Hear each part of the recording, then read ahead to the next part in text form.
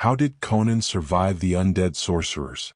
You're about to discover the harrowing truth within Robert E. Howard's The Scarlet Citadel. Prepare for an epic escape, perfectly paired with our unique visuals for a night of deep, restorative sleep.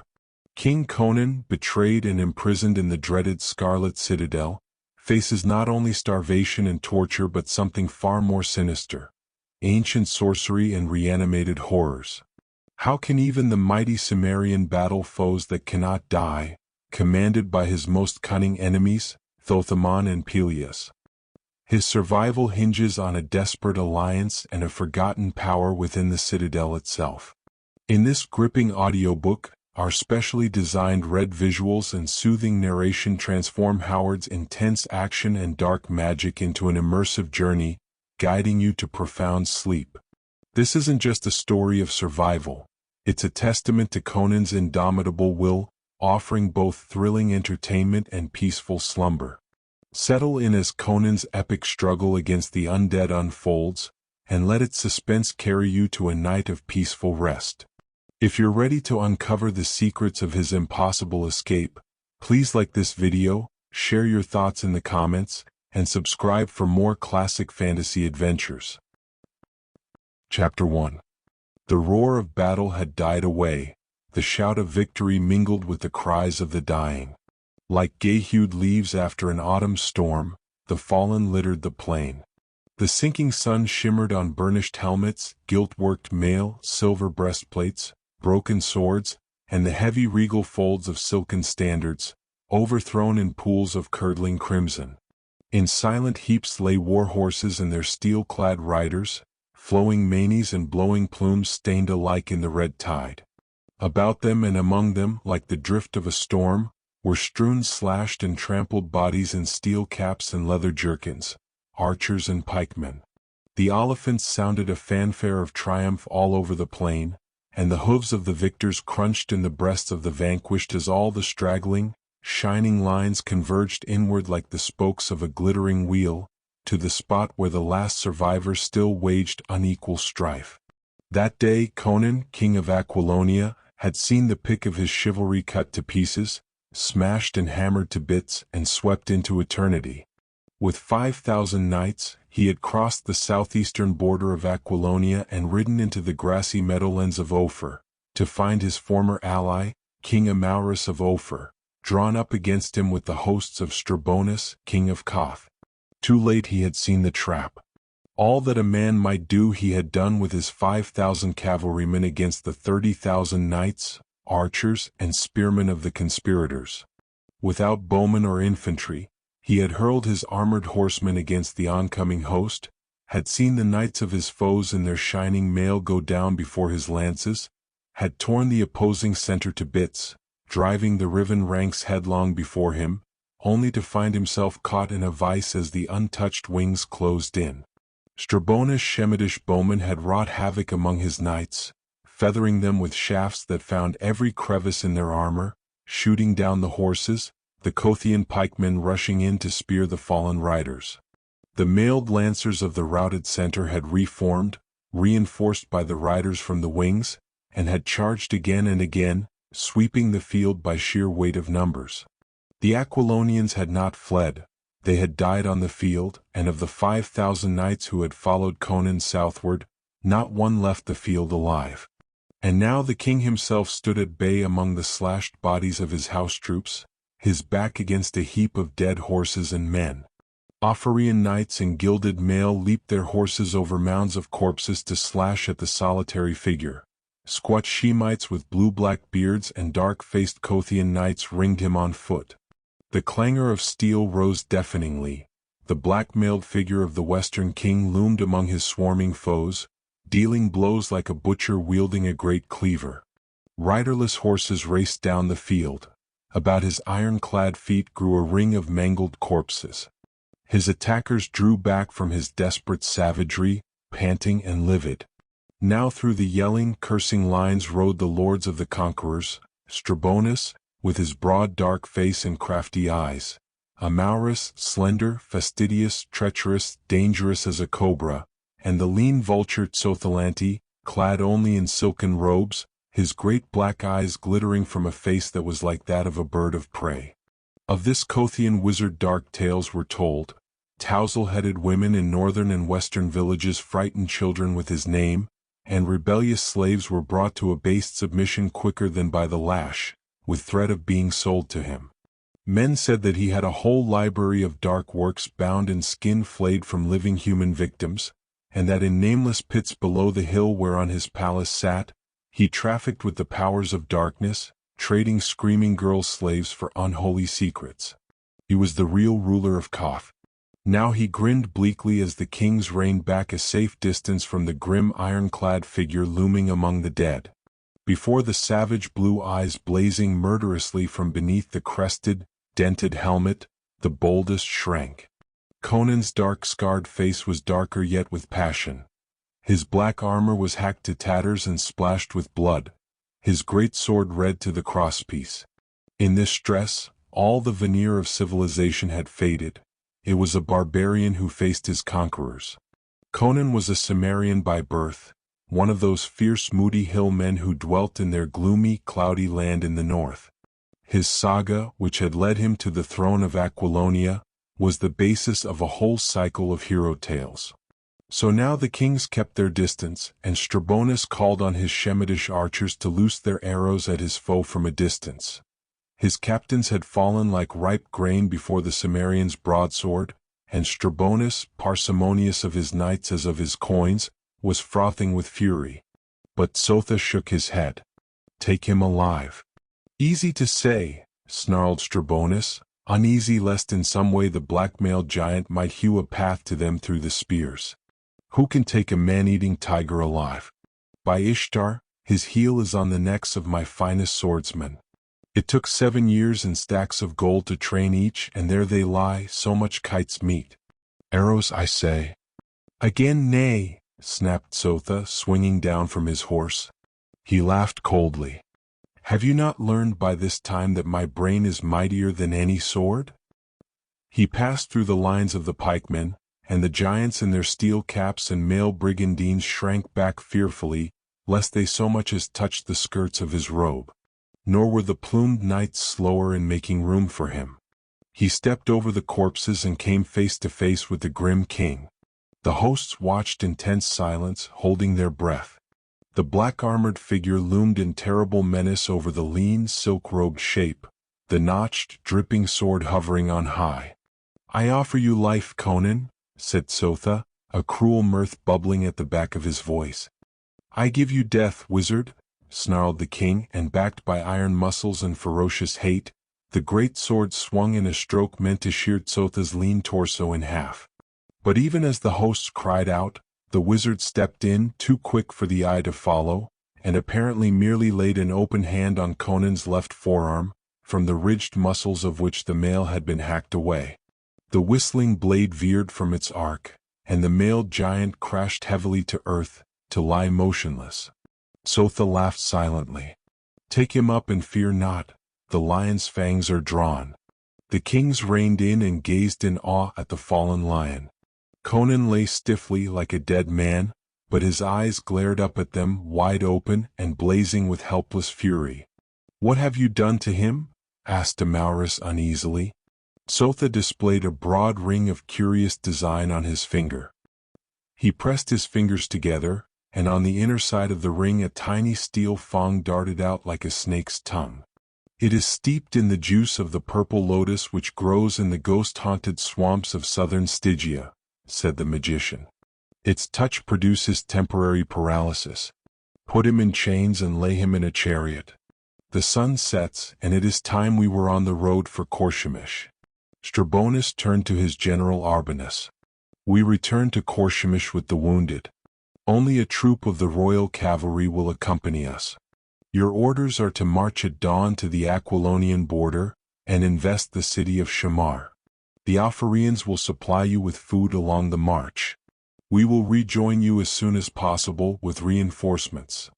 So the host, with its steel-sheathed knights, its pikemen and archers and camp servants, went into camp in the meadowlands near the battlefield.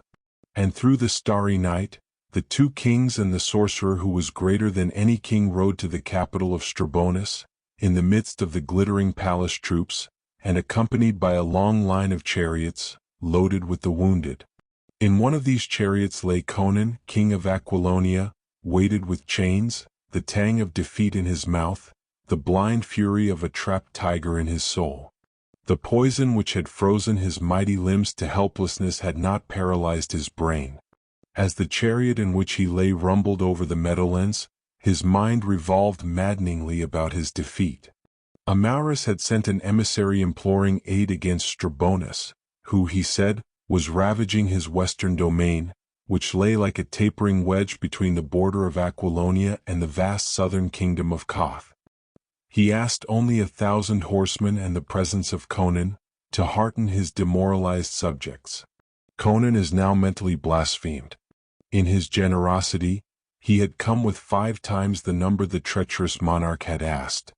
In good faith he had ridden into Ophir, and had been confronted by the supposed rivals allied against him. It spoke significantly of his prowess that they had brought up a whole host to trap him and his 5,000. A red cloud veiled his vision. His veins swelled with fury, and in his temples a pulse throbbed maddeningly. In all his life he had never known greater and more helpless wrath. In swift-moving scenes, the pageant of his life passed fleetingly before his mental eye, a panorama wherein moved shadowy figures which were himself, in many guises and conditions, a skin-clad barbarian, a mercenary swordsman in horned helmet and scale-mail corselet, a corsair in a dragon-prowed galley that trailed a crimson wake of blood and pillage along southern coasts, a captain of hosts in burnished steel, on a rearing black charger, a king on a golden throne with the lion banner flowing above, and throngs of gay-hued courtiers and ladies on their knees. But always the jouncing and rumbling of the chariot brought his thoughts back to revolve with maddening monotony about the treachery of Amauris and the sorcery of Thoth. The veins nearly burst in his temples, and cries of the wounded in the chariots filled him with ferocious satisfaction. Before midnight they crossed the Ophirian border, and at dawn the spires of Korshemish stood up gleaming and rose-tinted on the southeastern horizon. The slim towers were overawed by the grim Scarlet Citadel that at a distance was like a splash of bright blood in the sky. That was the castle of Thoth. Only one narrow street, paved with marble and guarded by heavy iron gates, led up to it, where it crowned the hill dominating the city. The sides of that hill were too sheer to be climbed elsewhere. From the walls of the citadel, one could look down on the broad white streets of the city, on minaret mosques, shops, temples, mansions, and markets. One could look down, too, on the palaces of the king, set in broad gardens, high-walled, luxurious riots of fruit trees and blossoms, through which artificial streams murmured, and silvery fountains rippled incessantly. Over all brooded the citadel, like a condor stooping above its prey, intent on its own dark meditations. The mighty gates between the huge towers of the outer wall clanged open, and the king rode into his capital between lines of glittering spearmen, while 50 trumpets saluted. But no throngs swarmed the white-paved streets to fling roses before the conqueror's hooves. Strabonus had raced ahead of news of the battle, and the people, just rousing to the occupations of the day, gaped to see their king returning with a small retinue, and were in doubt as to whether it portended victory or defeat. Conan, life sluggishly moving in his veins again, craned his neck from the chariot floor to view the wonders of this city which men called the Queen of the South. He had thought to ride someday through these golden-chased gates at the head of his steel-clad squadrons, with the great lion banner flowing over his helmeted head. Instead, he entered in chains, stripped of his armor, and thrown like a captive slave on the bronze floor of his conqueror's chariot. A wayward, devilish mirth of mockery rose above his fury, but to the nervous soldiers who drove the chariot, his laughter sounded like the muttering of a rousing lion. Chapter 2. In the citadel, within a chamber featuring a domed ceiling of carved jet and doorways adorned with glimmering dark jewels, a strange conclave began. Conan of Aquilonia, his massive limbs caked with blood from unbandaged wounds, confronted his captors. A dozen black giants flanked him on either side, their long-shafted axes held ready. Before him stood Thoth, while on divans lounged Strabonus and Amalrus, resplendent in silks and gold, gleaming with jewels. Naked slave boys attended them, pouring wine into cups carved from single sapphires. In stark contrast, Conan stood grim and blood-stained, clad only in a loincloth, shackles on his mighty limbs. His blue eyes blazed beneath the tangled black mane that fell over his broad forehead. He dominated the scene, his elemental personality turning the conqueror's pomp to tinsel. The kings, for all their pride and splendor, felt his power in their secret hearts and were uneasy. Only Thoth remained undisturbed. "Our desires are quickly spoken, King of Aquilonia," said Thoth. "It is our wish to extend our empire." "And so you want to swine my kingdom," Conan rasped. "What are you but an adventurer?" parried Amalrus, "seizing a crown to which you had no more claim than any other wandering barbarian. We are prepared to offer you suitable compensation." "Compensation?" A gust of deep laughter erupted from Conan's mighty chest. "The price of infamy and treachery. I am a barbarian, so I shall sell my kingdom and its people for life and your filthy gold? Ah! How did you come to your crown, you and that black-faced pig beside you? Your fathers did the fighting and the suffering, and handed their crowns to you on golden platters. What you inherited without lifting a finger, except to poison a few brothers, I fought for. You sit on satin and guzzle wine the people sweat for, and talk of divine rights of sovereignty. Bah! I climbed out of the abyss of naked barbarism to the throne, and in that climb, I spilt my blood as freely as I spilt that of others. If either of us has the right to rule men by Crom, it is I. How have you proved yourselves my superiors?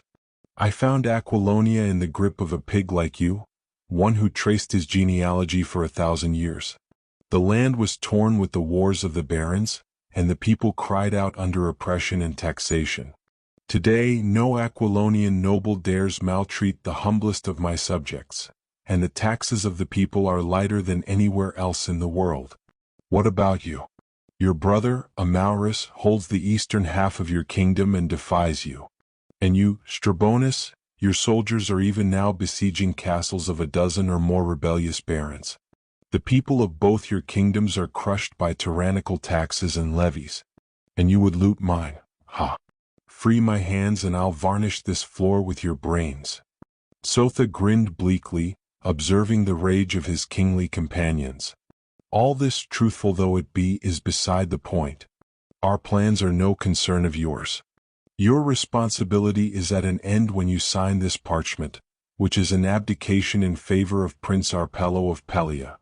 We will give you arms and a horse, 5,000 golden lunas, and escort you to the eastern frontier, setting me adrift where I was when I rode into Aquilonia to take service in her armies, except with the added burden of a traitor's name.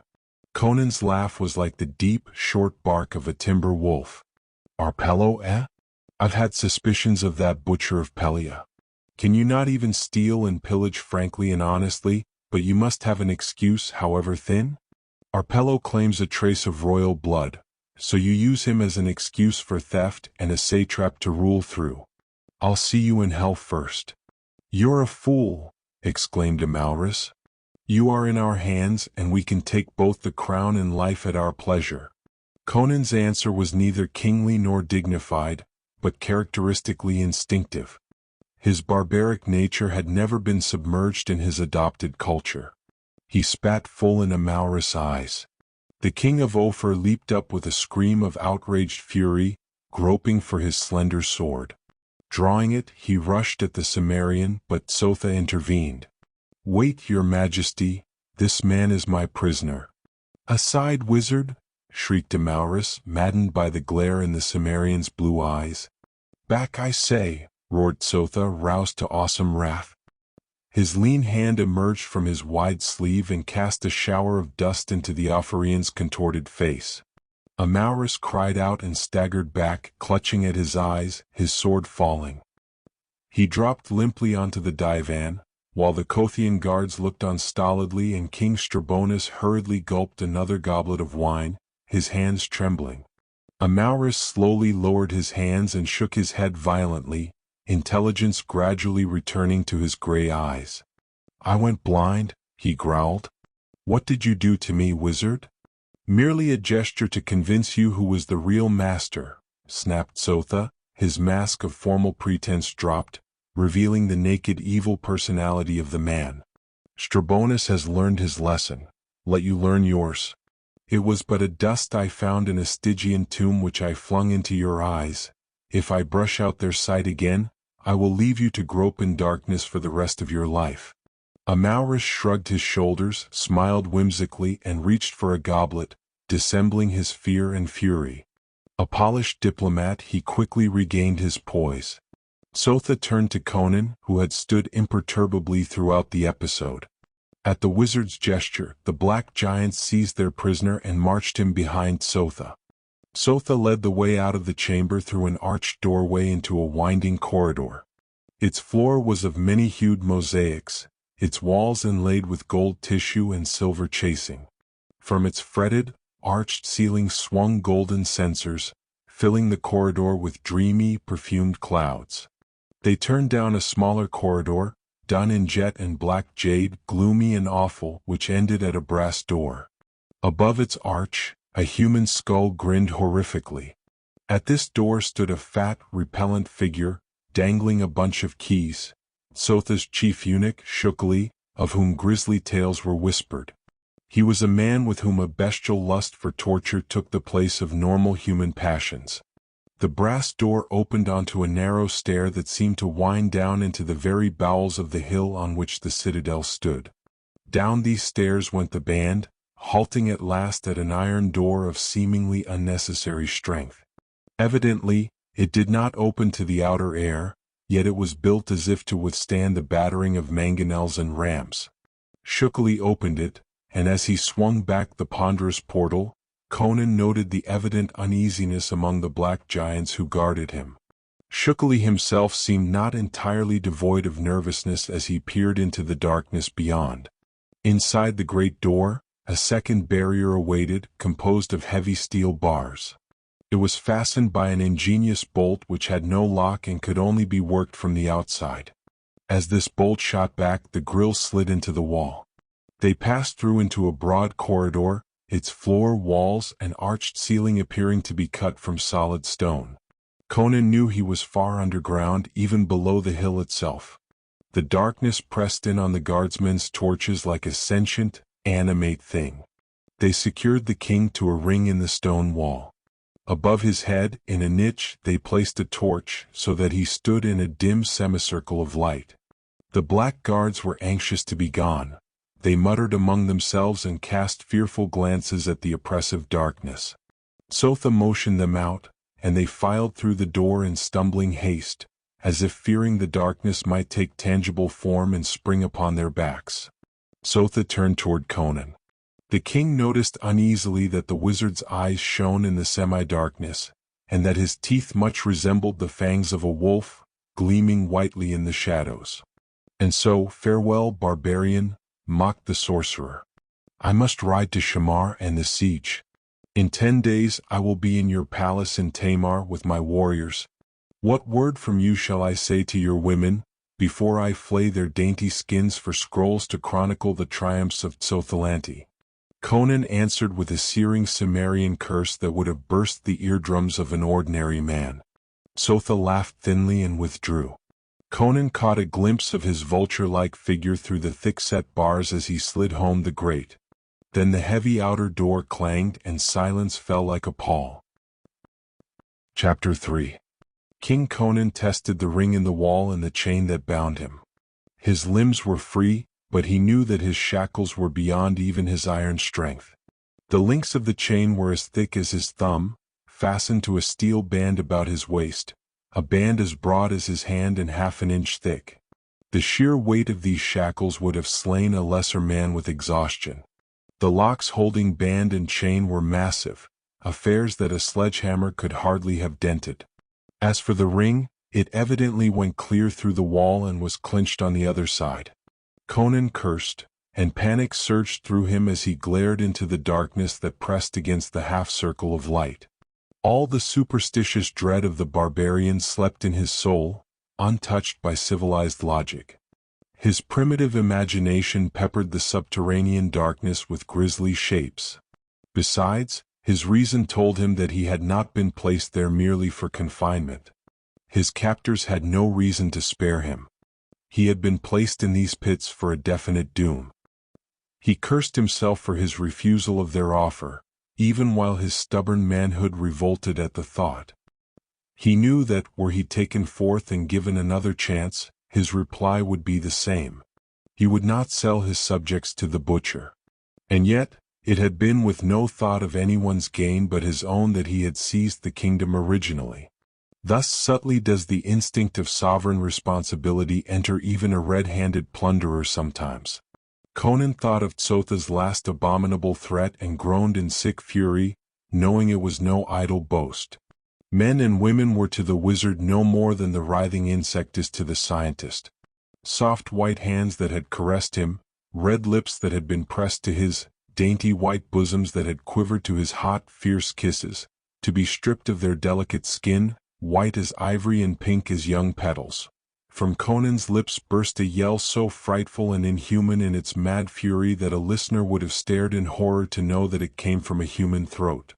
The shuddering echoes made him start and brought back his own situation vividly. He glared fearsomely at the outer gloom and thought of the grisly tales he had heard of Thoth's necromantic cruelty. It was with an icy sensation down his spine that he realized these must be the very halls of horror named in shuddering legend, the tunnels and dungeons wherein Thoth performed horrible experiments with beings human, bestial, and, it was whispered, demoniac, tampering blasphemously with the naked basic elements of life itself. Rumor said that the mad poet Rinaldo had visited these pits and been shown horrors by the wizard.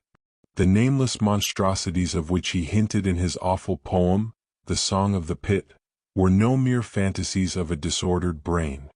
That brain had crashed to dust beneath Conan's battle-axe on the night the king had fought for his life with the assassins the mad rhymer had led into the betrayed palace. But the shuddersome words of that grisly song still rang in the king's ears as he stood there in his chains. Even with the thought, the Cimmerian was frozen by a soft rustling sound, blood freezing in its implication. He tensed in an attitude of listening, painful in its intensity. An icy hand stroked his spine. It was the unmistakable sound of pliant scales slithering softly over stone. Cold sweat beaded his skin as beyond the ring of dim light, he saw a vague and colossal form, awful even in its indistinctness. It reared upright, swaying slightly, and yellow eyes burned icily on him from the shadows. Slowly, a huge, hideous, wedge-shaped head took form before his dilated eyes, and from the darkness oozed in flowing scaly coils, the ultimate horror of reptilian development. It was a snake that dwarfed all Conan's previous ideas of snakes. 80 feet it stretched from its pointed tail to its triangular head, which was bigger than that of a horse. In the dim light, its scales glistened coldly white as hoarfrost. Surely this reptile was one born and grown in darkness, yet its eyes were full of evil and sure sight. It looped its titan coils in front of the captive, and the great head on the arching neck swayed inches from his face. Its forked tongue almost brushed his lips as it darted in and out, and its fetid odor made his senses reel with nausea. The great yellow eyes burned into his, and Conan gave back the glare of a trapped wolf. He fought against the mad impulse to grasp the great arching neck in his tearing hands. Strong beyond the comprehension of a civilized man, he had broken the neck of a python in a fiendish battle on the Stygian coast in his corsair days. But this reptile was venomous. He saw the great fangs, a foot long, curved like scimitars. From them dripped a colorless liquid that he instinctively knew was death. He might conceivably crush that wedge-shaped skull with a desperate clenched fist, but he knew that at his first hint of movement, the monster would strike like lightning. It was not because of any logical reasoning process that Conan remained motionless, since reason might have told him, since he was doomed anyway, to goad the snake into striking and get it over with. It was the blind, black instinct of self-preservation that held him rigid as a statue blasted out of iron. Now, the great barrel reared up, and the head was poised high above his own, as the monster investigated the torch. A drop of venom fell on his naked thigh, and the feel of it was like a white-hot dagger driven into his flesh. Red jets of agony shot through Conan's brain, yet he held himself immovable. Not by the twitching of a muscle or the flicker of an eyelash did he betray the pain of the hurt that left a scar he bore to the day of his death. The serpent swayed above him, as if seeking to ascertain whether there was, in truth, life in this figure which stood so death-like still. Then suddenly, unexpectedly, the outer door, all but invisible in the shadows, clanged stridently. The serpent, suspicious as all its kind, whipped about with incredible quickness for its bulk and vanished with a long-drawn slithering down the corridor. The door swung open and remained so. The grille was withdrawn, and a huge dark figure was framed in the glow of torches outside. The figure glided in, pulling the grille partially closed behind it, leaving the bolt poised. As it moved into the light of the torch over Conan's head, the king saw that it was a gigantic black man, stark naked, bearing in one hand a huge sword and in the other a bunch of keys. The black spoke in a seacoast dialect and Conan replied. He had learned the jargon while a corsair on the coasts of Kush. "Long have I wished to meet you, Amra." The black gave Conan the name, Amra, the lion, by which the Cimmerian had been known to the Kushites in his piratical days. The slave's woolly skull split in an animal-like grin, showing white tusks, but his eyes glinted redly in the torchlight. "I have dared much for this meeting." "The keys to your chains. I stole them from Shukali. What will you give me for them?" He dangled the keys in front of Conan's eyes. 10,000 golden lunas, answered the king quickly, new hope surging fiercely in his breast. "Not enough," cried the black, a ferocious exultation shining on his ebon countenance. "Not enough for the risks I take. Thoth's pets might come out of the dark and eat me, and if Shukli finds out I stole his keys, he'll hang me up by my— Well, what will you give me?" 15,000 lunas and a palace in Poitin, offered the king. The black yelled and stamped in a frenzy of barbaric gratification. "More?" he cried. "Offer me more. What will you give me? You black dog." A red mist of fury swept across Conan's eyes. "Were I free, I'd give you a broken back. Did Shukli send you here to mock me?" "Shukli knows nothing of my coming, white man," answered the black, craning his thick neck to peer into Conan's savage eyes. "I know you are old, since the days when I was a chief among a free people before the Stygians took me and sold me into the north. Do you not remember the sack of Abombai when your sea-wolves swarmed in? Before the palace of King Ajaga, you slew a chief and a chief fled from you. It was my brother who died. It was I who fled. I demand of you a blood price, Amra." "Free me and I'll pay you your weight in gold pieces," growled Conan. The red eyes glittered, the white teeth flashed wolfishly in the torchlight. "Ah, you white dog, you are like all your race. But to a black man gold can never pay for blood. The price I ask is your head." The last word was a maniacal shriek that sent the echoes shivering. Conan tensed, unconsciously straining against his shackles and his abhorrence of dying like a sheep. Then he was frozen by a greater horror. Over the black shoulder, he saw a vague, horrific form swaying in the darkness. "Thotha will never know," laughed the black fiendishly, too engrossed in his gloating triumph to heed anything else, too drunk with hate to know that death swayed behind his shoulder. "He will not come into the vaults until the demons have torn your bones from their chains. I will have your head, Amra."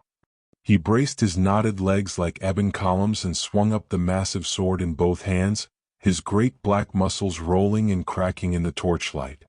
And at that instant, the titanic shadow behind him darted down and out, and the wedge-shaped head smote with an impact that re-echoed down the tunnels. Not a sound came from the thick, blubbery lips that flew wide in fleeting agony. With the thud of the stroke, Conan saw the life go out of the wide black eyes with the suddenness of a candle blown out. The blow knocked the great black body clear across the corridor. Horribly, the gigantic, sinuous shape whipped around it in glistening coils that hid it from view, and the snap and splintering of bones came plainly to Conan's ears. Then something made his heart leap madly. The sword and the keys had flown from the black's hands to crash and jangle on the stone, and the keys lay almost at the king's feet. He tried to bend to them, but the chain was too short. Almost suffocated by the mad pounding of his heart, he slipped one foot from its sandal and gripped them with his toes. Drawing his foot up, he grasped them fiercely, barely stifling the yell of ferocious exultation that rose instinctively to his lips. An instant's fumbling with the huge locks and he was free. He caught up the fallen sword and glared about. Only empty darkness met his eyes, into which the serpent had dragged a mangled, tattered object that only faintly resembled a human body. Conan turned to the open door. A few quick strides brought him to the threshold. A squeal of high-pitched laughter shrilled through the vaults, and the grill shot home under his very fingers, the bolt crashing down. Through the bars peered a face like a fiendishly mocking carven gargoyle, Shukali the eunuch who had followed his stolen keys. Surely he did not, in his gloating, see the sword in the prisoner's hand. With a terrible curse, Conan struck as a cobra strikes. The great blade hissed between the bars and Shukali's laughter broke in a death scream. The fat eunuch bent at the middle as if bowing to his killer and crumpled like tallow, his pudgy hands clutching vainly at his spilling entrails. Conan snarled in savage satisfaction, but he was still a prisoner. His keys were futile against the bolt which could be worked only from the outside. His experienced touch told him the bars were hard as the sword. An attempt to hew his way to freedom would only splinter his one weapon.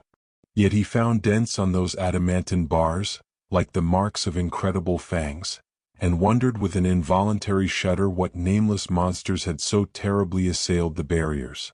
Regardless, there was but one thing for him to do, and that was to seek some other outlet. Taking the torch from the niche, he set off down the corridor, sword in hand. He saw no sign of the serpent or its victim, only a great smear of blood on the stone floor. Darkness stalked on noiseless feet about him, scarcely driven back by his flickering torch. On either hand he saw dark openings, but he kept to the main corridor, watching the floor ahead of him carefully, lest he fall into some pit. And suddenly he heard the sound of a woman weeping piteously. Another of Thoth's victims, he thought, cursing the wizard anew and turning aside, followed the sound down a smaller tunnel, dank and damp. The weeping grew nearer as he advanced, and lifting his torch, he made out a vague shape in the shadows. Stepping closer, he halted in sudden horror at the amorphous bulk that sprawled before him. Its unstable outline somewhat suggested an octopus, but its malformed tentacles were too short for its size, and its substance was a quaking, jelly-like stuff which made him physically sick to look at. From among this loathsome, gelid mass reared up a frog-like head, and he was frozen with nauseated horror to realize that the sound of weeping was coming from those obscene, blubbery lips. The noise changed to an abominable, high-pitched tittering as the great, unstable eyes of the monstrosity rested on him, and it hitched its quaking bulk toward him. He backed away and fled up the tunnel, not trusting his sword. The creature might be composed of terrestrial matter, but it shook his very soul to look upon it, and he doubted the power of man-made weapons to harm it. For a short distance, he heard it flopping and floundering after him, screaming with horrible laughter. The unmistakably human note in its mirth almost staggered his reason. It was exactly such laughter as he had heard bubbles obscenely from the fat lips of the salacious women of Shadizar, city of wickedness, when captive girls were stripped naked on the public auction block. By what hellish arts had Thotha brought this unnatural being into life? Conan felt vaguely that he had looked on blasphemy against the eternal laws of nature. He ran toward the main corridor, but before he reached it, he crossed a sort of small square chamber where two tunnels crossed. As he reached this chamber, he was flashingly aware of some small, squat bulk on the floor ahead of him. Then, before he could check his flight or swerve aside, his foot struck something yielding that squalled shrilly, and he was precipitated headlong, the torch flying from his hand and being extinguished as it struck the stone floor. Half stunned by his fall, Conan rose and groped in the darkness. His sense of direction was confused, and he was unable to decide in which direction lay the main corridor. He did not look for the torch as he had no means of rekindling it. His groping hands found the openings of the tunnels and he chose one at random. How long he traversed it in utter darkness he never knew. But suddenly his barbarian's instinct of near peril halted him short. He had the same feeling he had had when standing on the brink of great precipices in the darkness. Dropping to all fours, he edged forward, and presently his outflung hand encountered the edge of a well, into which the tunnel floor dropped abruptly. As far down as he could reach, the sides fell away sheerly, dank and slimy to his touch. He stretched out an arm in the darkness and could barely touch the opposite edge with the point of his sword. He could leap across it then, but there was no point in that. He had taken the wrong tunnel, and the main corridor lay somewhere behind him. Even as he thought this, he felt a faint movement of air. A shadowy wind rising from the well stirred his black mane. Conan's skin crawled. He tried to tell himself that this well connected somehow with the outer world, but his instincts told him it was unnatural. He was not merely inside the hill. He was below it, far below the level of the city streets. How then could an outer wind find its way into the pits and blow up from below? A faint throbbing pulsed on that ghostly wind, like drums beating far, far below. A strong shudder shook the king of Aquilonia. He rose to his feet and backed away, and as he did, something floated up out of the well. What it was, Conan did not know. He could see nothing in the darkness, but he distinctly felt a presence, an invisible, intangible intelligence which hovered malignantly near him. Turning, he fled the way he had come. Far ahead he saw a tiny red spark. He headed for it, and long before he thought to have reached it, he careened headlong into a solid wall and saw the spark at his feet. It was his torch, the flame extinguished, but the end a glowing coal. Carefully he took it up and blew upon it, fanning it into flame again. He gave a sigh as the tiny blaze leaped up. He was back in the chamber where the tunnels crossed, and his sense of direction returned. He located the tunnel by which he had left the main corridor, and even as he started toward it, his torch flame flickered wildly as if blown upon by unseen lips. Again he felt a presence and he lifted his torch, glaring about. He saw nothing, yet he sensed somehow an invisible, bodiless thing that hovered in the air, dripping slimily and mouthing obscenities that he could not hear but was in some instinctive way aware of. He swung viciously with his sword, and it felt as if he were cleaving cobwebs. A cold horror shook him then, and he fled down the tunnel, feeling a foul, burning breath on his naked back as he ran. But when he came out into the broad corridor, he was no longer aware of any presence, visible or invisible. Down it he went, momentarily expecting fanged and taloned fiends to leap at him from the darkness.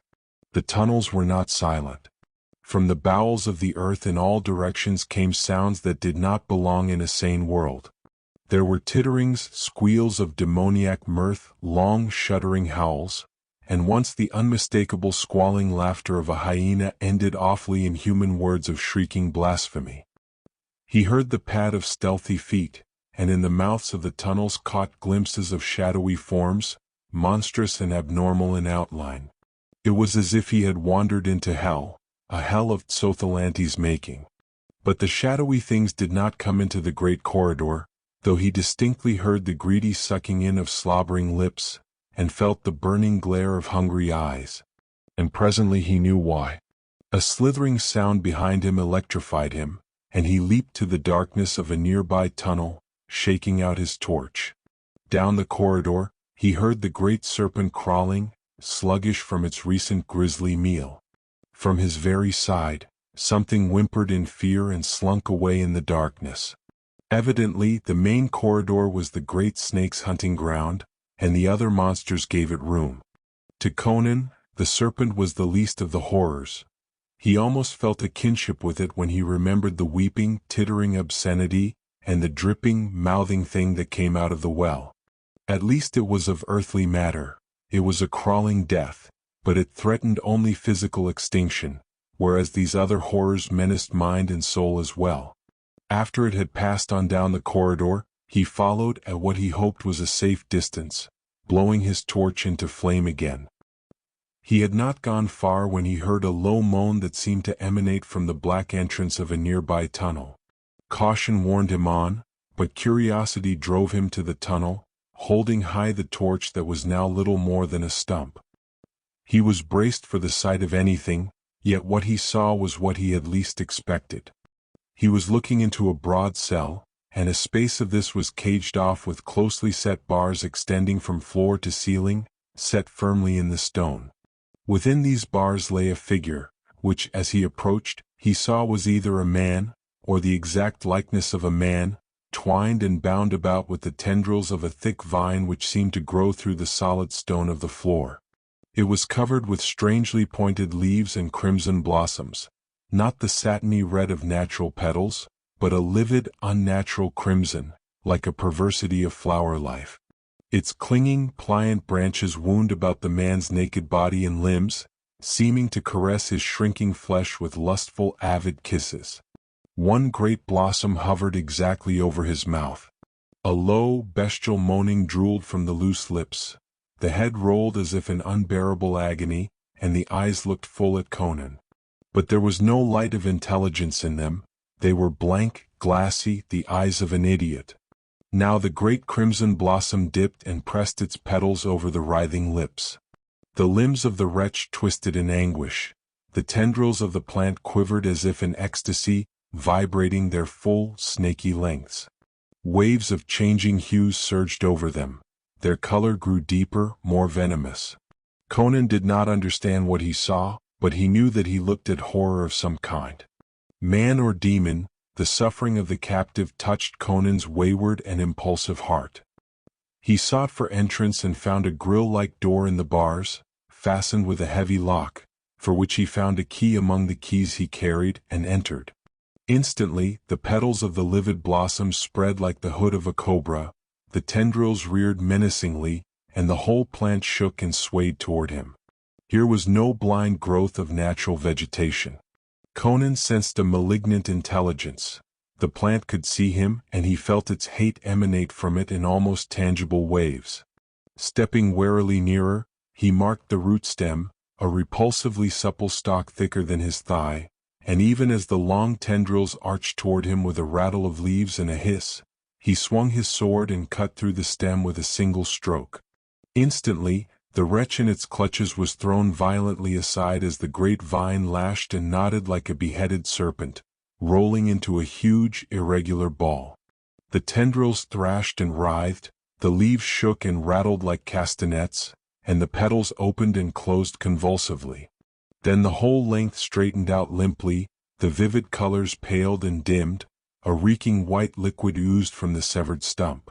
Conan stared spellbound. Then a sound brought him round, sword lifted. The freed man was on his feet, surveying him. Conan gaped in wonder. No longer were the eyes in the worn face expressionless. Dark and meditative, they were alive with intelligence, and the expression of imbecility had dropped from the face like a mask. The head was narrow and well-formed, with a high, splendid forehead. The whole build of the man was aristocratic, evident no less in his tall, slender frame than in his small, trim feet and hands. His first words were strange and startling. "What year is this?" he asked, speaking Gothic. "Today is the 10th day of the month Uluk of the year of the gazelle," answered Conan. "Yagulan Ishtar," murmured the stranger.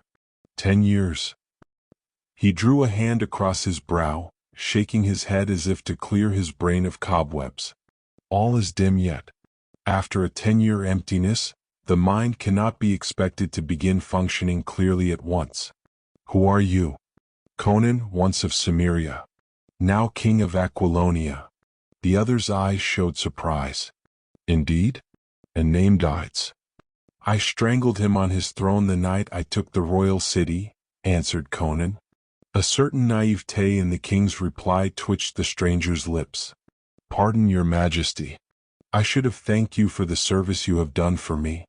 I am like a man woken suddenly from sleep deeper than death and shot with nightmares of agony more fierce than hell, but I understand that you delivered me. Tell me, why did you cut the stem of the plant Yathka instead of tearing it up by the roots?" "Because I learned long ago to avoid touching with my flesh that which I do not understand," answered the Cimmerian. "Well for you," said the stranger. "Had you been able to tear it up, you might have found things clinging to the roots against which not even your sword would prevail. Yathka's roots are set in hell." "But who are you?" demanded Conan. "Men called me Perilous." "What?" cried the king. "Perilous the sorcerer, Thoth-Amon's rival, who vanished from the earth 10 years ago?" "Not entirely from the earth," answered Perilous with a wry smile. "Thotha preferred to keep me alive in shackles more grim than rusted iron. He sent me in here with this devil flower whose seeds drifted down through the black cosmos from Yag the Accursed, and found fertile fields only in the maggot-writhing corruption that seethes on the floors of hell. I could not remember my sorcery, nor the words and symbols of my power, with that cursed thing gripping me and drinking my soul with its loathsome caresses. It sucked the contents of my mind day and night, leaving my brain as empty as a broken wine jug. 10 years. Ishtar preserve us." Conan found no reply, but stood holding the stump of the torch and trailing his great sword. Surely the man was mad, yet there was no madness in the dark eyes that rested so calmly on him. "Tell me, is the black wizard in Korshemish?" "But no, you need not reply. My powers begin to wake, and I sense in your mind a great battle and a king trapped by treachery. And I see Thoth-Amon riding hard for the Tiber with Strabonus and the king of Ophir. So much the better. My art is too frail from the long slumber to face Thotha yet. I need time to recruit my strength, to assemble my powers. Let us go forth from these pits." Conan jangled his keys discouragedly. "The grill to the outer door is made fast by a bolt which can be worked only from the outside. Is there no other exit from these tunnels?" "Only one, which neither of us would care to use, seeing that it goes down and not up," laughed Perilous. "But it doesn't matter. Let us see to the grill." He moved toward the corridor with uncertain steps, as of long unused limbs, which gradually became more sure. As he followed, Conan remarked uneasily, "There is a cursed big snake creeping about this tunnel. Let us be wary lest we step into his mouth."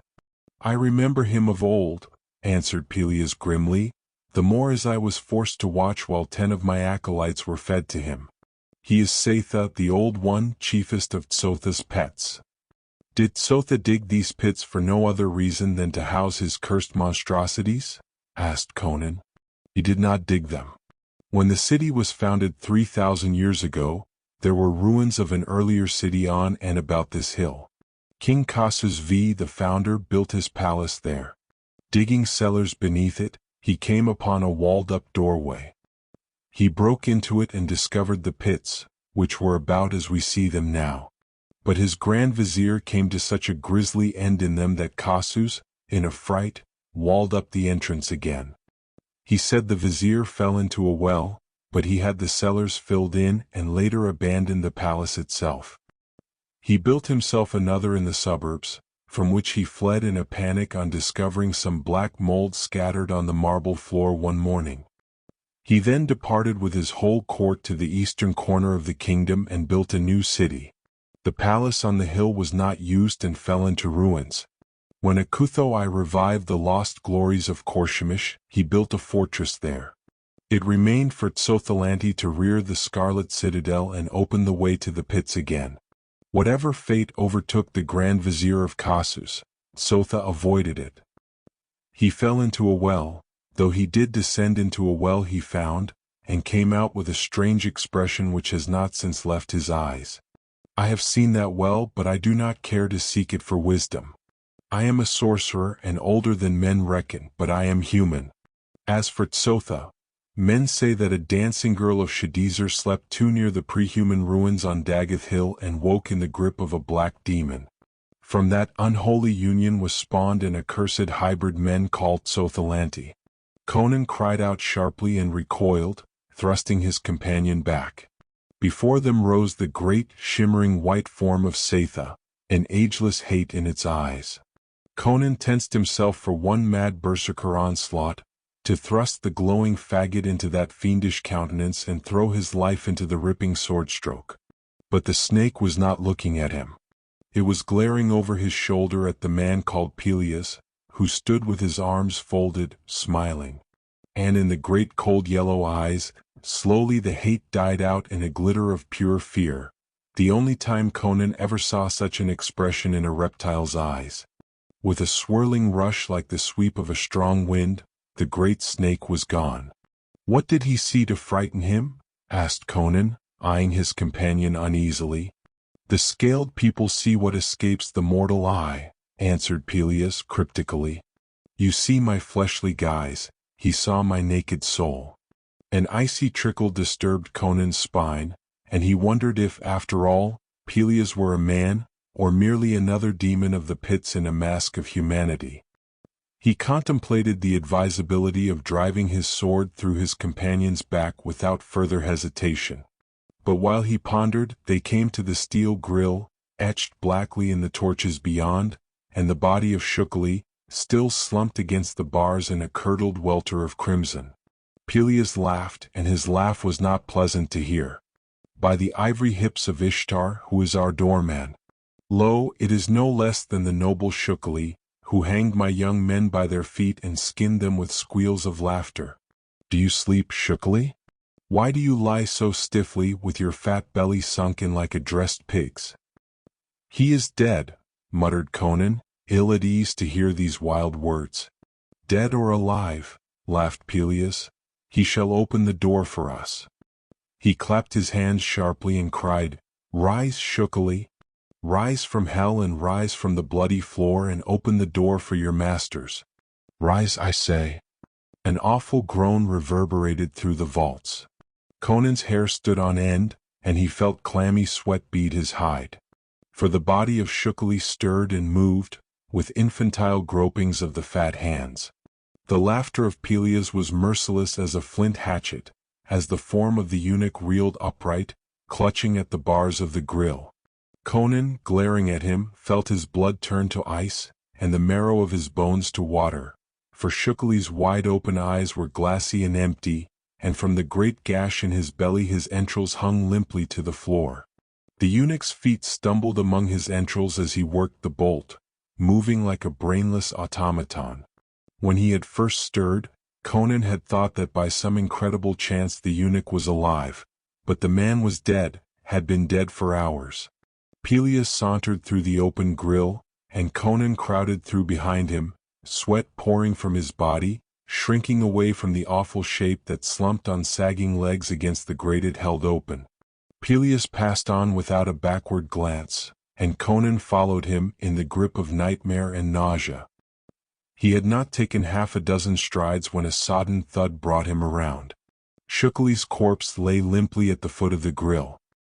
"His task is done, and hell gapes for him again," remarked Perilous pleasantly, politely affecting not to notice the strong shudder which shook Conan's mighty frame.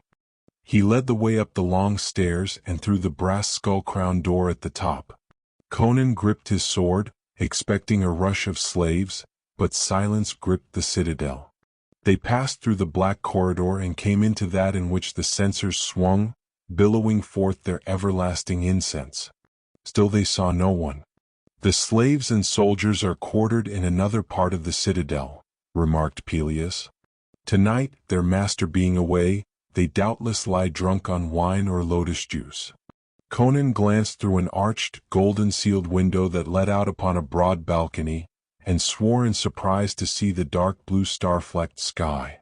It had been shortly after sunrise when he was thrown into the pits. Now it was past midnight. He could scarcely realize he had been so long underground. He was suddenly aware of thirst and a ravenous appetite. Perilous led the way into a gold-domed chamber, floored with silver, its lapis lazuli walls pierced by the fretted arches of many doors. With a sigh Peleus sank onto a silken divan. Gold and silks again, he sighed. Thoth is above the pleasures of the flesh, but he is half devil.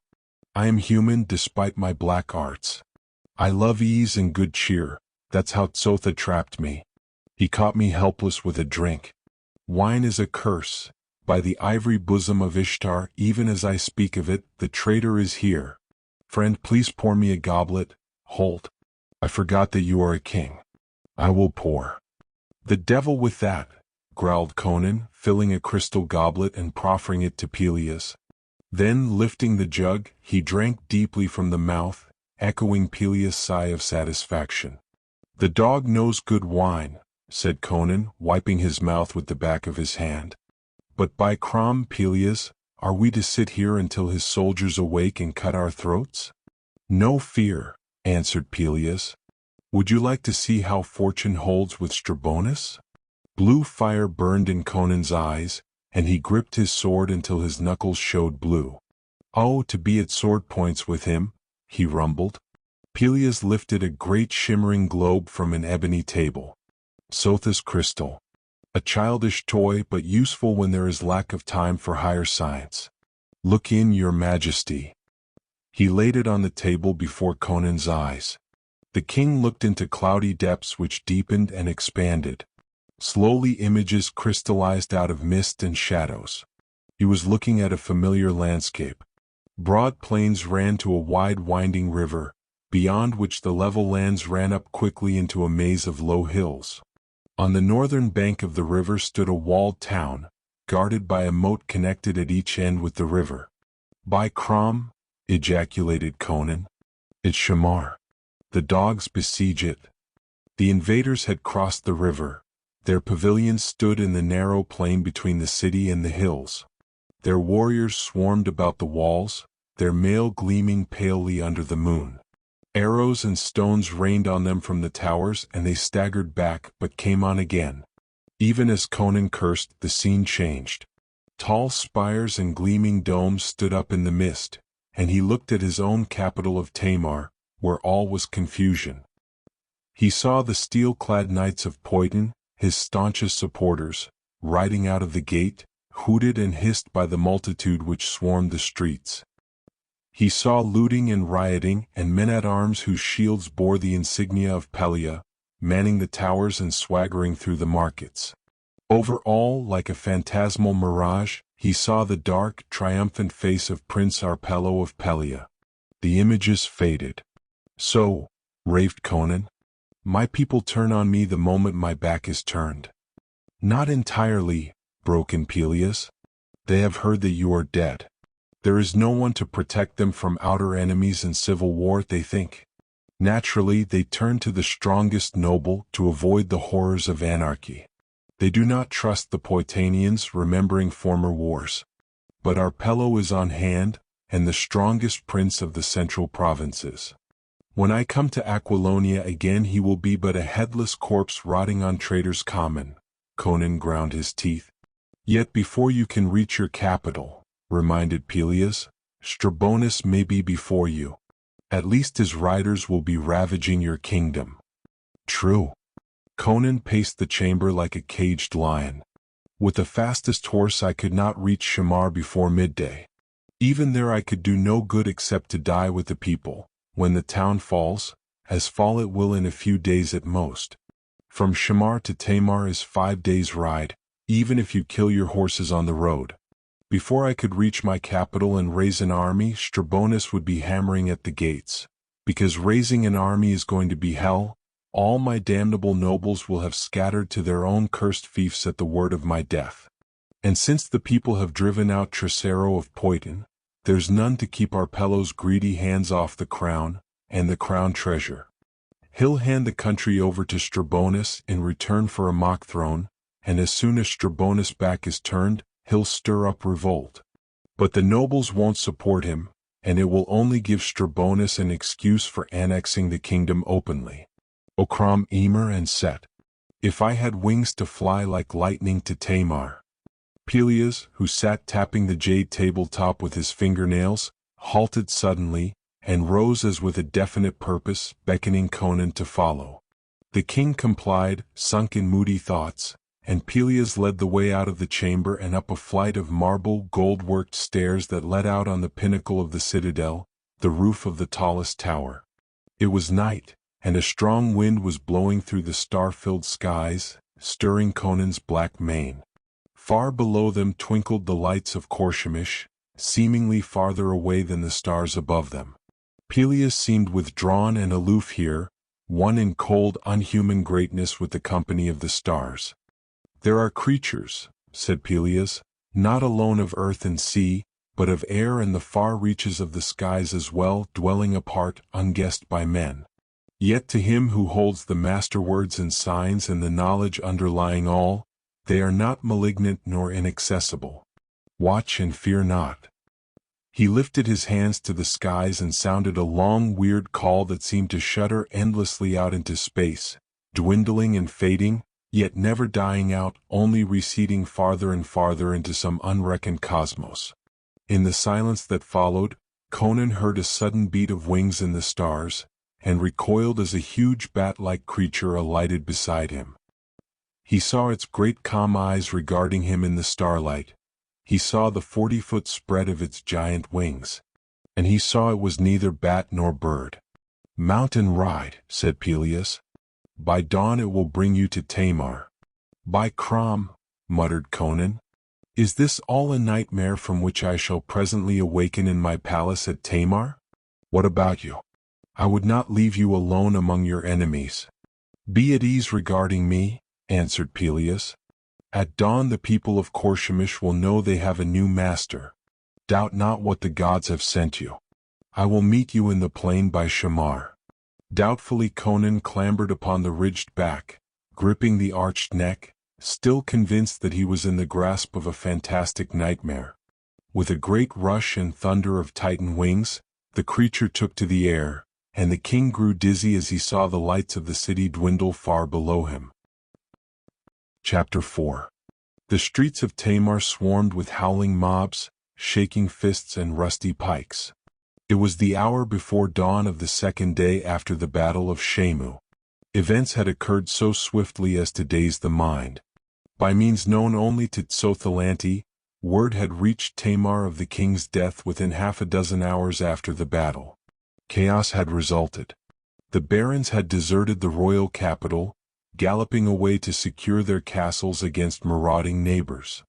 The well-knit kingdom Conan had built seemed tottering on the edge of dissolution, and commoners and merchants trembled at the imminence of a return to the feudalistic regime. The people howled for a king to protect them against their own aristocracy no less than foreign foes. Count Treacherous, left by Conan in charge of the city, tried to reassure them. But in their unreasoning terror they remembered old civil wars, and how this same count had besieged Tamar 15 years before. It was shouted in the streets that Treacherous had betrayed the king, that he planned to plunder the city. The mercenaries began looting the quarters, dragging forth screaming merchants and terrified women. Treacherous swept down on the looters, littered the streets with their corpses, drove them back into their quarters in confusion and arrested their leaders. Still the people rushed wildly about, with brainless squawks, screaming that the count had incited the riot for his own purposes. Prince Arpello came before the distracted council and announced himself ready to take over the government of the city until a new king could be decided upon, Conan having no son. While they debated, his agents stole subtly among the people, who snatched at a shred of royalty. The council heard the storm outside the palace windows, where the multitude roared for Arpello the rescuer. The council surrendered. Treacherous at first refused the order to give up his baton of authority. But the people swarmed about him, hissing and howling, hurling stones and offal at his knights. Seeing the futility of a pitched battle in the streets with Arpello's retainers, under such conditions, Treacherous hurled the baton in his rival's face. He hanged the leaders of the mercenaries in the market square as his last official act, and rode out of the southern gate at the head of his 1,500 steel-clad knights. The gate slammed behind him and Arpello's suave mask fell away to reveal the grim visage of the hungry wolf, With the mercenaries cut to pieces or hiding in their barracks, he was the only soldier in Tamar. Sitting his warhorse in the great square, Arpello proclaimed himself king of Aquilonia, amid the clamor of the deluded multitude. Publius the chancellor, who opposed this move, was thrown into prison. The merchants, who had greeted the proclamation of a king with relief, now found with consternation that the new monarch's first act was to levy a staggering tax on them. 6 rich merchants, sent as a delegation of protest, were seized and their heads slashed off without ceremony. A shocked and stunned silence followed this execution. The merchants, confronted by a power they could not control with money, fell on their fat bellies and licked their oppressors' boots. The common people were not perturbed at the fate of the merchants, but they began to murmur when they found that the swaggering Pelian soldiers, pretending to maintain order, were as bad as Tyrannian bandits. Complaints of extortion, murder, and rape poured into Arpello, who had taken up his quarters in Publius' palace, because the desperate counselors, doomed by his order, were holding the royal palace against his soldiers. He had taken possession of the pleasure palace, however, and Conan's girls were dragged to his quarters. The people muttered at the sight of the royal beauties writhing in the brutal hands of the ironclad retainers, dark-eyed damsels of Poiton, slim black-haired wenches from Zamora, Zingara and Hyrcania, Brythunian girls with tousled yellow heads, all weeping with fright and shame, and used to brutality. Night fell on a city of bewilderment and turmoil. Before midnight, word spread mysteriously in the street that the Kothians had followed up their victory and were hammering at the walls of Shamar. Somebody in Tsotha's mysterious secret service had babbled. Fear shook the people like an earthquake, and they did not even pause to wonder at the witchcraft by which the news had been so swiftly transmitted. They stormed at Arpello's doors, demanding that he march southward and drive the enemy back over the Tiber. He might have subtly pointed out that his force was not sufficient, and that he could not raise an army until the barons recognized his claim to the crown. But he was drunk with power and laughed in their faces. A young student, Athamides, mounted a column in the market, and with burning words accused Arpello of being a catspaw for Strabonus, painting a vivid picture of existence under Kothian rule, with Arpello as satrap. Before he finished, the multitude was screaming with fear and howling with rage. Arpello sent his soldiers to arrest the youth, but the people caught him up and fled with him, deluging the pursuing retainers with stones and dead cats. A volley of crossbow quarrels routed the mob, and a charge of horsemen littered the market with bodies, but Athamides was smuggled out of the city to plead with Tricero to retake Tamar and march to aid Shamar. Athamides found Tricero breaking his camp outside the walls, ready to march to Poiton, in the far southwestern corner of the kingdom. To the youth's urgent pleas he answered that he had neither the force necessary to storm Tamar, even with the aid of the mob inside, nor to face Strabonus. Besides, avaricious nobles would plunder Poiton behind his back, while he was fighting the Kothians. With the king dead, each man must protect his own. He was riding to Poiton, there to defend it as best he might against Arpello and his foreign allies. While Athamides pleaded with Tricero, the mob still raved in the city with helpless fury. Under the great tower beside the royal palace the people swirled and milled, screaming their hate at Arpello, who stood on the turrets and laughed down at them while his archers ranged the parapets, bolts drawn and fingers on the triggers of their arbalests. The Prince of Pelia was a broad-built man of medium height, with a dark, stern face. He was an intriguer, but he was also a fighter. Under his silken jupon with its gilt-braided skirts and jagged sleeves, glimmered burnished steel. His long black hair was curled and scented, and bound back with a cloth of silver band. But at his hip hung a broadsword, the jeweled hilt of which was worn with battles and campaigns. Fools! Howl as you will. Conan is dead and Arpello is king. What if all Aquilonia were leagued against him? He had men enough to hold the mighty walls until Strabonus came up. But Aquilonia was divided against itself. Already the barons were girding themselves each to seize his neighbor's treasure. Arpello had only the helpless mob to deal with. Strabonus would carve through the loose lines of the warring barons as a galley ram through foam. And until his coming, Arpello had only to hold the royal capital. Fools! Arpello is king. The sun was rising over the eastern towers. Out of the crimson dawn came a flying speck that grew to a bat, then to an eagle. Then all who saw screamed in amazement, for over the walls of Tamar swooped a shape such as men knew only in half-forgotten legends. From between its titan wings sprang a human form as it roared over the great tower. Then with a deafening thunder of wings it was gone, and the folk blinked, wondering if they dreamed. But on the turret stood a wild, barbaric figure, half-naked, blood-stained, brandishing a great sword. And from the multitude rose a roar that rocked the towers, "The king! It is the king!" Arpello stood transfixed. Then with a cry he drew and leaped at Conan. With a lion-like roar the Cimmerian parried the whistling blade.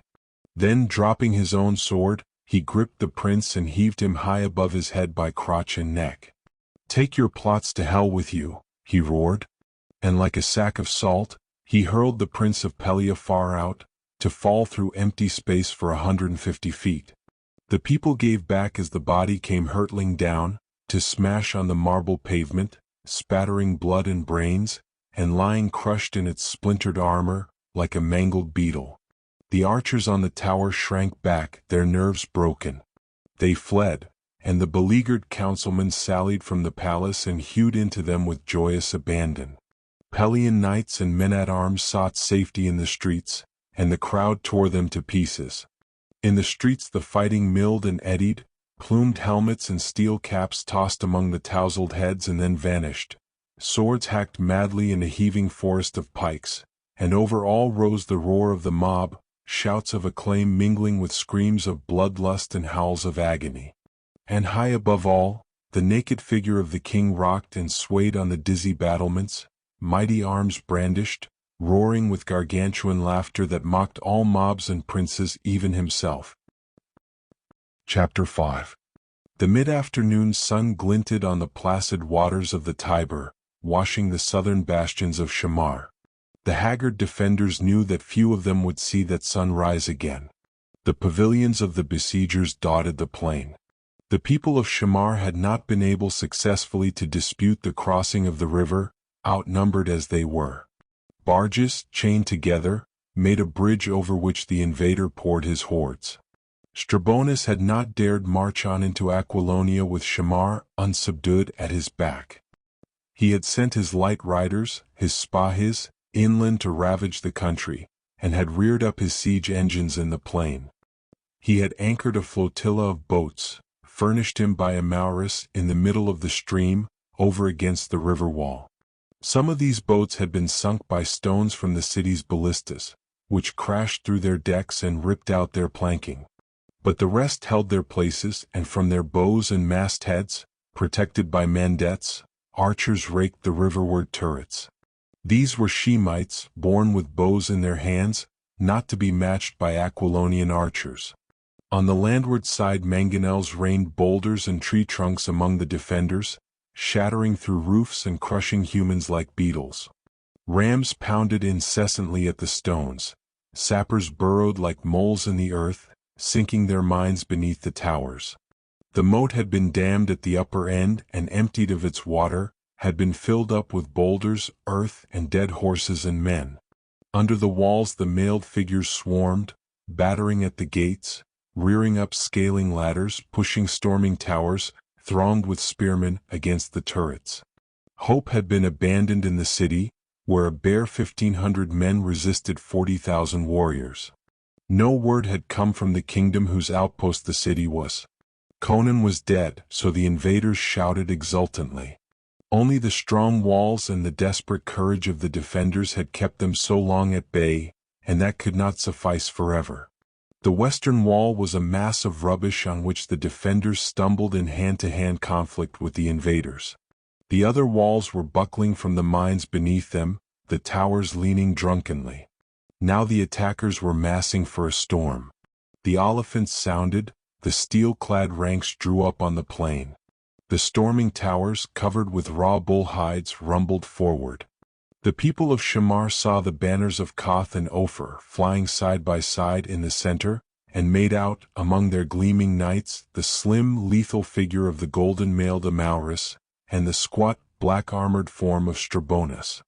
And between them was a shape that made the bravest blench with horror, a lean vulture figure in a filmy robe. The pikemen moved forward, flowing over the ground like the glinting waves of a river of molten steel. The knights cantered forward, lances lifted, guidons streaming. The warriors on the walls drew a long breath, consigned their souls to Mitra, and gripped their notched and red-stained weapons. Then without warning a bugle call cut the din. A drum of hoofs rose above the rumble of the approaching host. North of the plain across which the army moved, rose ranges of low hills, mounting northward and westward like giant stair-steps. Now down out of these hills, like spume blown before a storm, shot the Spahis who had been laying waste the countryside, riding low and spurring hard. Behind them, sun shimmered on moving ranks of steel.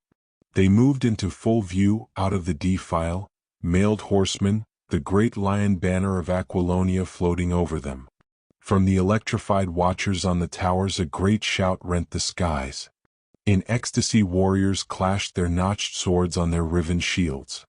The people of the town, ragged beggars and rich merchants, harlots in red kirtles and dames in silks and satins, fell to their knees and cried out for joy to Mitra, tears of gratitude streaming down their faces. Strabonus, frantically shouting orders with Arbanus, that would wheel around the ponderous lines to meet this unexpected menace, grunted, "We still outnumber them unless they have reserves hidden in the hills. The men on the battle towers can mask any sorties from the city. These are Poitanians. We might have guessed Tricero would try some such mad gallantry." Amauris cried out in unbelief. "I see Tricero and his captain Prospero, but who rides between them?" "Ishtar preserve us!" shrieked Strabonus, paling. "It is King Conan." "You are mad," squalled Sotha, starting convulsively. "Conan has been in Satha's belly for days." He stopped short, glaring wildly at the host which was dropping down, file by file, into the plain.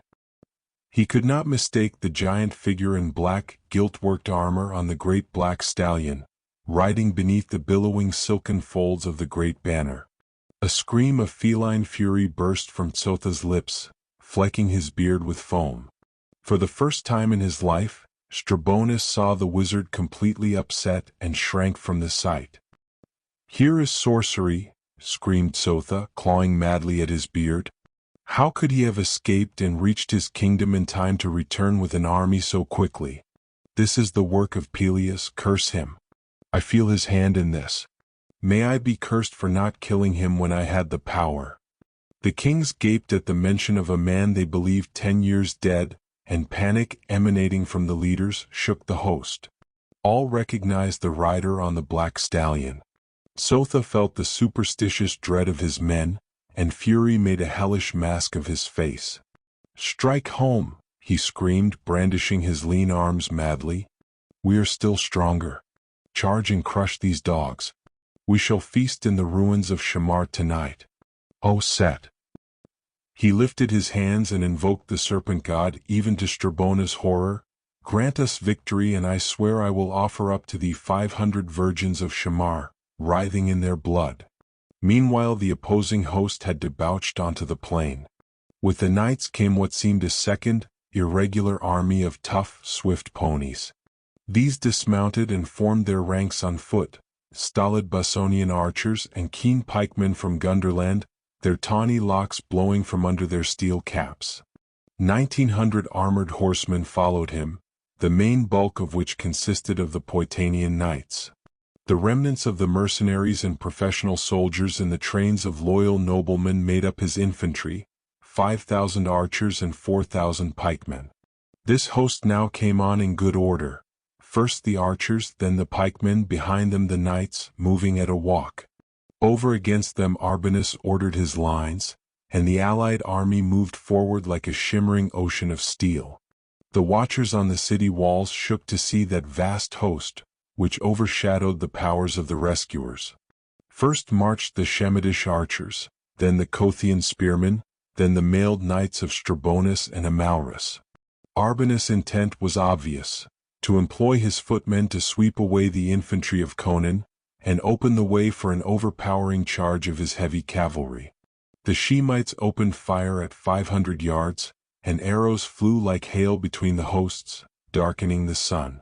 The western archers, trained by 1,000 years of merciless warfare with the Pictish savages, came stolidly on, closing their ranks as their comrades fell. They were far outnumbered, and the Shemitish bow had the longer range, but in accuracy the Bessonians were equal to their foes, and they balanced sheer skill in archery by superiority in morale, and in excellency of armor. Within good range they lost, and the Shemites went down by whole ranks. The blue-bearded warriors in their light mail shirts could not endure punishment as could the heavier armored Bessonians.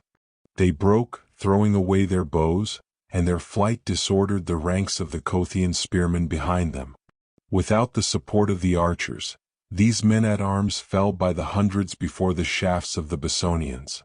Charging madly into close quarters, they were met by the spears of the pikemen. No infantry was a match for the wild Gundermen, whose homeland, the northernmost province of Aquilonia, was but a day's ride across the Bossonian marches from the borders of Cimmeria, and who, born and bred to battle, were the purest blood of all the Hyborian peoples. The Kothian spearmen, dazed by their losses from arrows, were cut to pieces and fell back in disorder. Strabonus roared in fury as he saw his infantry repulsed, and shouted for a general charge. Arbanus demurred, pointing out the Bessonians reforming in good order before the Aquilonian knights, who had sat their steeds motionless during the melee.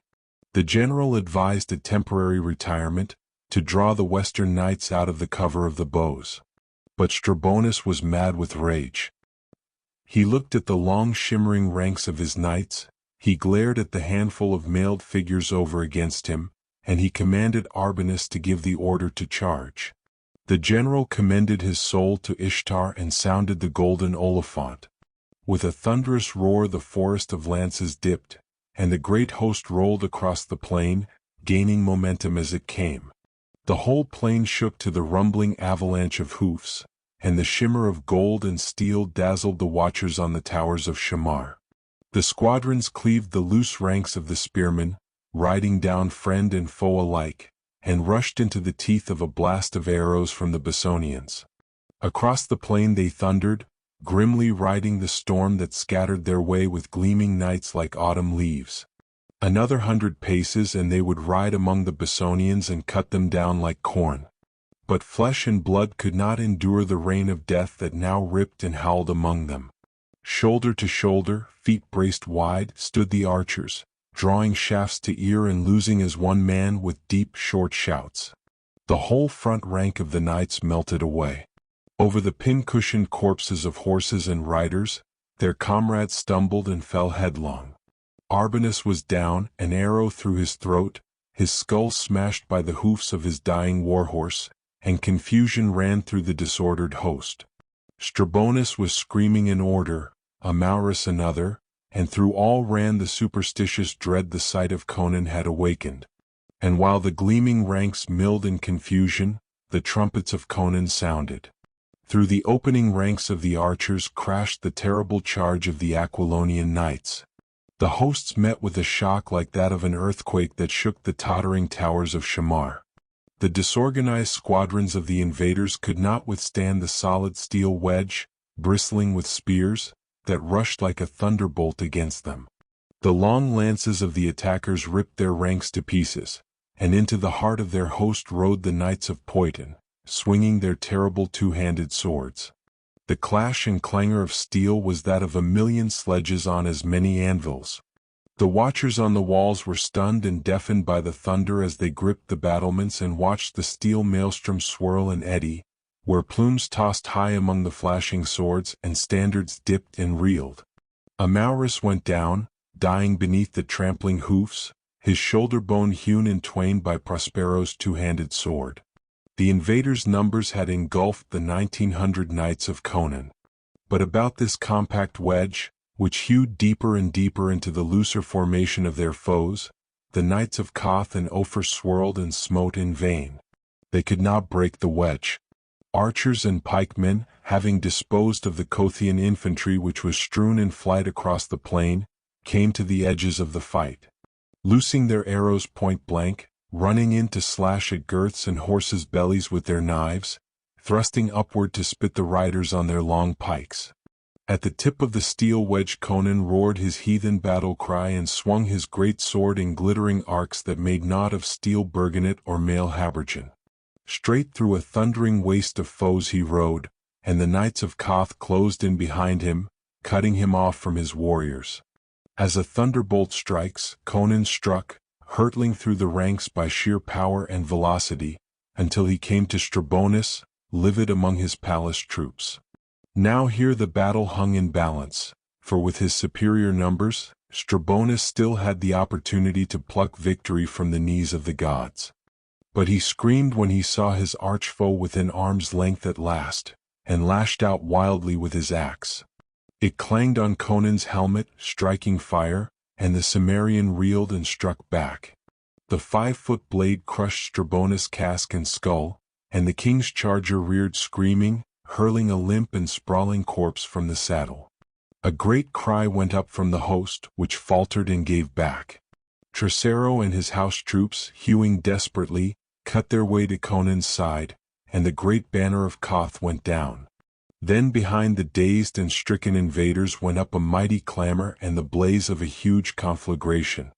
The defenders of Shamar had made a desperate sortie, cut down the men masking the gates, and were raging among the tents of the besiegers, cutting down the camp followers, burning the pavilions and destroying the siege engines.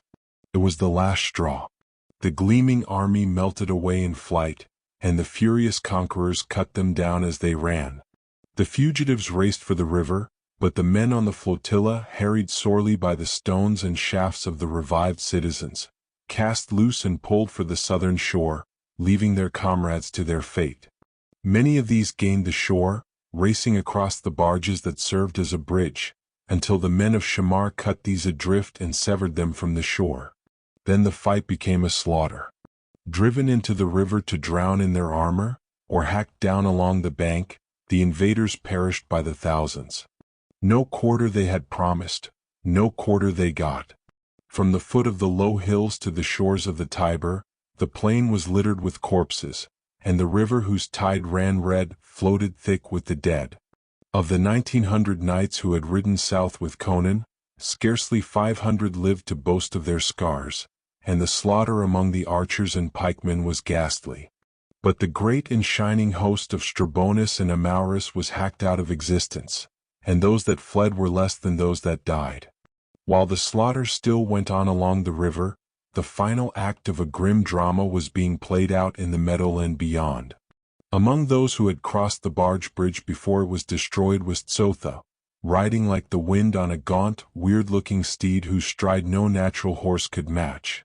Ruthlessly riding down friend and foe, he gained the southern bank, and then a glance backward showed him a grim figure on a great black stallion in pursuit.